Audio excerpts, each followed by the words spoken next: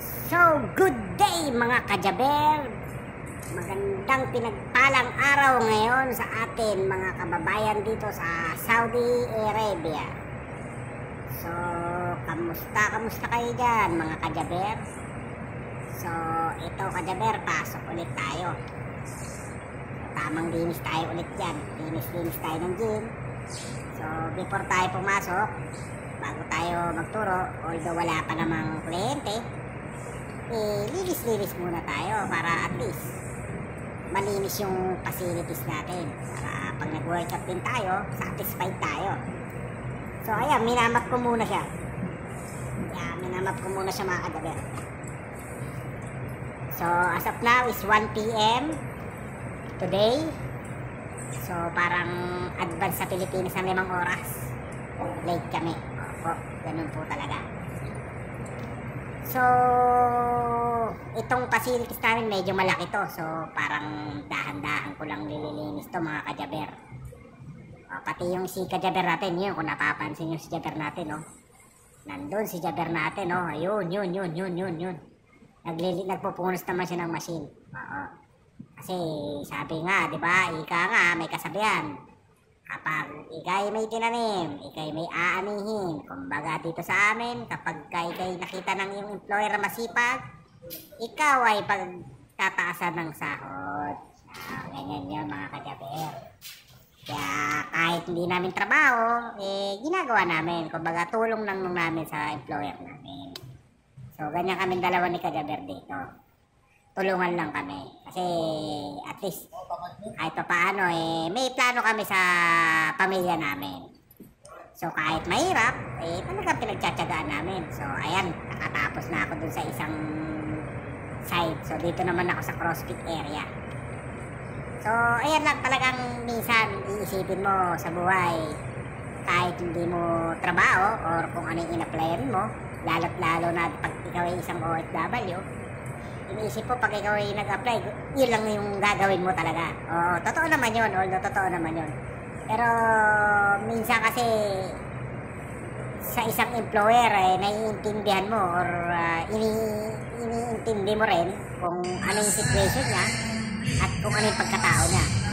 Kasi minsan may employer na mabait So pag ganito kasi tao at ganitong tao, lalo na local, so parang syempre hindi ka rin tatama rin na magtrabaho. Kumbaga syempre tumutulong ka sa kanya. Lalo na kung itong gym namin bago. Ito palang gym namin sa Damam to lugar. Ito yung pinaka VIP na gym dito sa Katip, sa lugar ng Katip, Damam. So bago lahat ng gamit, hammer yung gamit namin, tsaka techno. So, nag-usap naman kami ng employer ko na depend your in performance. Sabi nga, pag gusto mong tumaas yung sahod mo.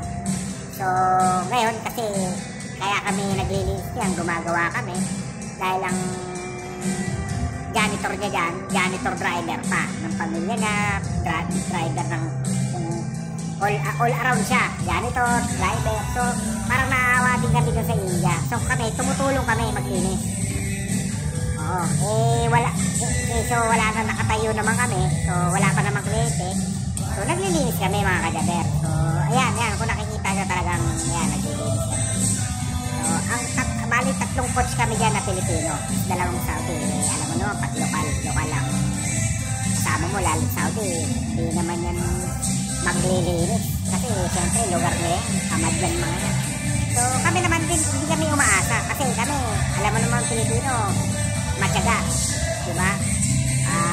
Kasi wala kami pakialam kahit hindi sila magtrabaho. Basta kami, kung ano yung ginagawa namin, yung gagawin namin. Kung ano yung nararapat, kung ano yung maitutulong namin.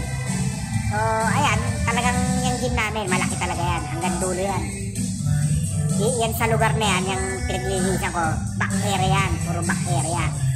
Yung sa kabila, legs area, tapos sa kabila, chest area, dun sa shoulder area, tapos may CrossFit area, may group exercise, may boxing area. So may mga paddle din yan, paddle, tsaka full court. Okay, yan yung namin, yung pinaka-sports dito sa gym namin. So, yan. Kasi mga payo ko lang din sa mga katulad namin trainer. Talagang hindi ko naman nilalahat na gawin nyo din yung mga ginagawa namin. Kasi may ibang company na talagang yun lang talaga yung gagawin mo. Kung trainer ka lang, magtuturo ka lang. So, dito sa amin iba. Kaya kung napapansin na bakit kami naglilinis, tinutulungan lang namin yung may-ari. Kasi, syempre, mabait din sa amin yung may-ari.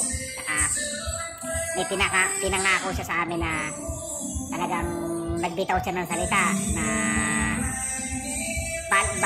bandang huli kami ang magmamanage ng gym. So, ayan. Kasi, tiwalang-tiwala siya sa Pilipino. Sobrang tiwala niya sa mga Pilipino, sa amin dito. Kami nasusunod sa schedule namin. Kami nasusunod sa amin kung anong day, kung ano yung day off namin. Nagpapalitan lang kami. Kasi kami dito, organize kami. Kahit 3 lang kami, organize kami rito. So, sino-organize ko para at least maganda yung yung work namin. Diba? Maganda yung flow ng work namin. So, yan. So, bakit nga ba ako umalis ngayon? Bakit nga ba ulit ako umalis ng Pilipinas? Dahil, siyempre, alam mo naman sa Pilipinas, kikitain ko naman din dapat doon sa Pinas. Kaya lang, siyempre, talagang hardworking ka sa Pilipinas. Talagang super pagod mo bago mo kitain yung gusto mong kitain. Dito, yung kinikita ko ron, isalary ko na yun dito. So, dito kasi sa amin, meron akong group exercise. Sunday to Thursday, 2 beses, 4 p.m. to 7 p.m. May incentive kami dyan, bawat group exercise namin. Although bago pa rin yung gym namin, ang agreement namin ng boss namin, magkaroon ng personal trainer. Yun naman yung pagkasunduan. Sumang-ayon naman. So, bali ang labanan namin sa personal trainer dito is 50-50. For example, nagbayad si kliyente ng 30,000. 15K kagad sa'yo, bibigay kagad sa'yo pag nag-payment. Ganon. Wala kaming staggered payment na dapat may per conduction, how many conduction dapat mo makonduct. Wala ganon. Pagka nag-payment si client, direct na kagad sa'yo, bibigay din sa'yo. So, ayun kagandahan dito sa gym namin.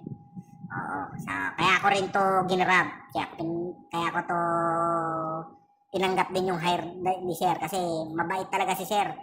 Actually, 1 taon ko nakausap talaga to. Ginagawa pa lang tong gym. So, inantay ko.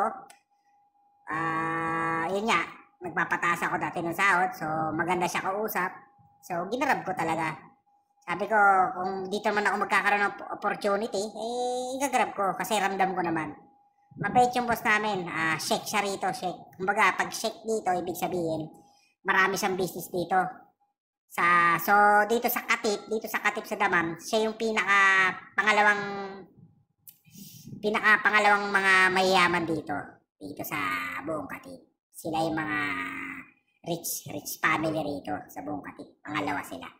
Okay, so ayan guys. So, linis pa rin ako dyan. Walis naman ako. Walis map para at least hindi siya madumi. So, yung mga natitira, winawalis ko para at least pag nag-workout din kami, pwede kaming umupo dyan sa map na yan. Kasi rubber yan eh. So, at diba nakikita nyo wala pang tao. Kasi kabubukas pala alauna.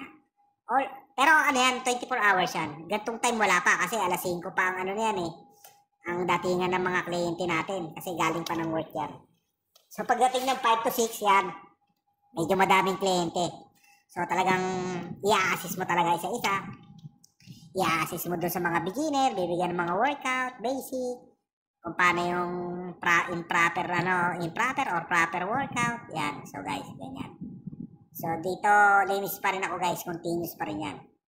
So, yun lang naman masasabi ko, mga kajaber. Sinishare ko lang din naman yung ginagawa namin dito.